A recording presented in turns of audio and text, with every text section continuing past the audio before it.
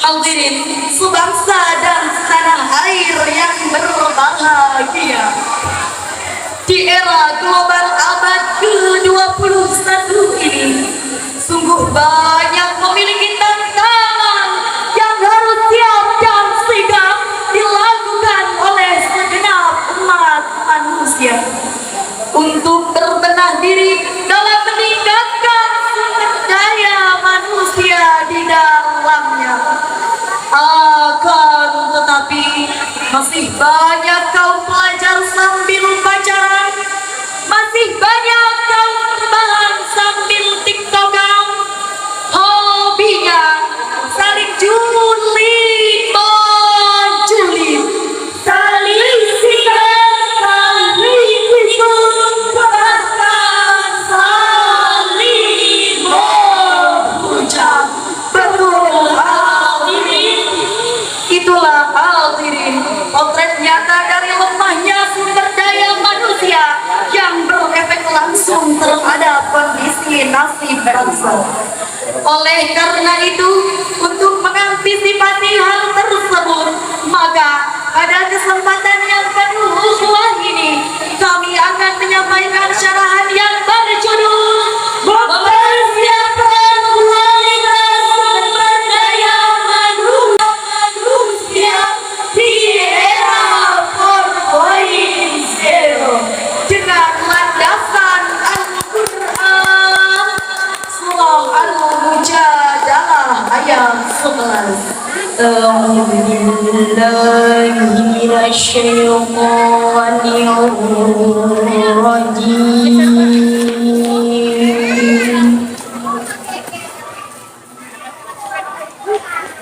بسم الله الرحمن الرحيم.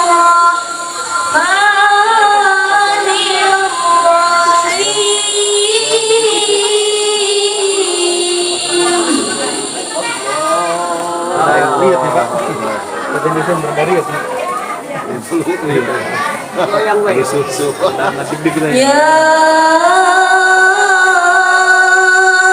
ayyuhalladzina amanu idza qila lakum tafassahu fil majalis tafassahu fil majalisi fafsahu yafsahillahu lakum.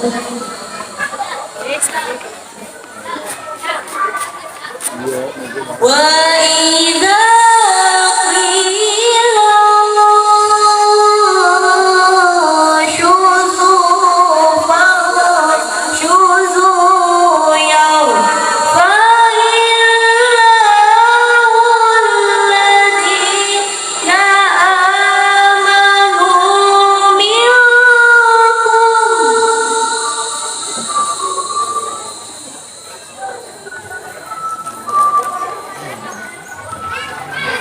Yarfa'illahu alladhina amanu minkum walladhina amanu minkum walladhina utul ilma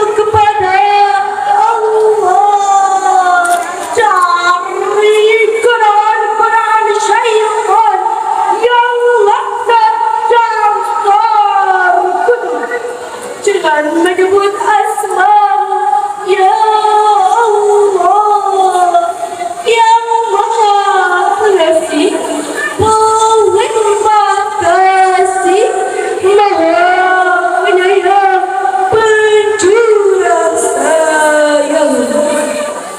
Wahai orang-orang yang beriman, apabila dikatakan kepadamu, berilah tepuk tangan di dalam majlis-majlis, maka lapangkanlah olehmu, niscaya Allah akan memberi lapangan untukmu.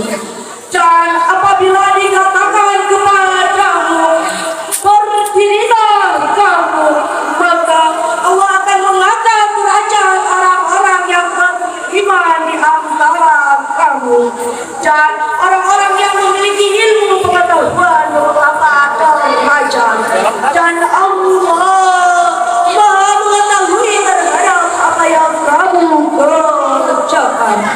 Maha benar Allah dan dengan segala firman.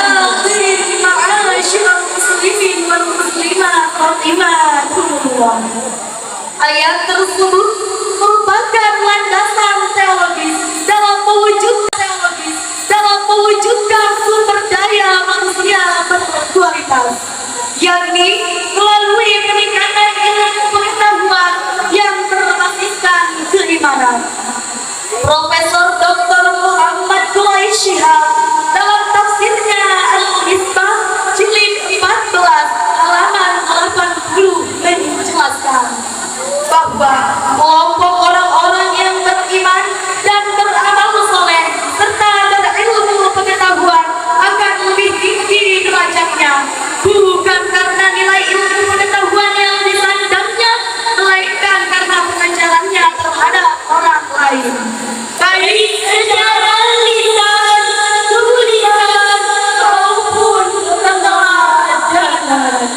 Dengan demikian, hadirin, untuk menyiapkan sumber daya manusia berkualitas, kita harus mampu menciptakan dua model pendidikan yang mampu memberdayakan dua potensi manusia secara simultan. Yang pertama, pendidikan yang berdimensi ketentuan vertikal. Yang kedua, potensi ilmu pengetahuan yang berdimensi dialektikal horizontal. Sebab ilmu pengetahuan tanpa agama akan punah, sedangkan agama tanpa ilmu pengetahuan akan lemah. Demikian ungkapan seorang ilmuwan barat yang bernama Albert Einstein. Jika ilmu tanpa didasari agama, jika pengetahuan tanpa ditopang ajaran Tuhan, maka hanya akan melahirkan model manusia jahiliyah, akidahnya lemah, akhlaknya tercela, yang kerjanya hanya bikin rusak negara dan bangsa. Sebagai bukti, mabuk-mabukan di muka umum, modern katanya, buka jilbab pamer aurat, modern bilangnya, hamil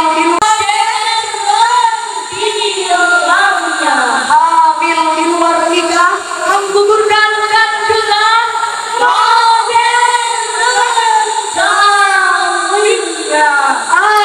Akibatnya kekayaan alam kita dikurangi oleh Eropa, laut kita dikuras oleh Amerika, sekarang kebudayaan kita dicuri oleh Malaysia. Jangan hanya menjadi pembantu di negara sendiri, jangan hanya menjadi pembantu di negara sendiri, jangan hanya menjadi pengemis di negara sendiri, tapi kita harus pasti sekali kepada bangsa ini. Setuju hadirin? Hadirin yang berbahagia, perlu kiranya kita mencontoh bangsa Jepang yang dikenal sebagai bangsa terproduktif di dunia. Anak-anak usia sekolah dasar di Jepang dituntut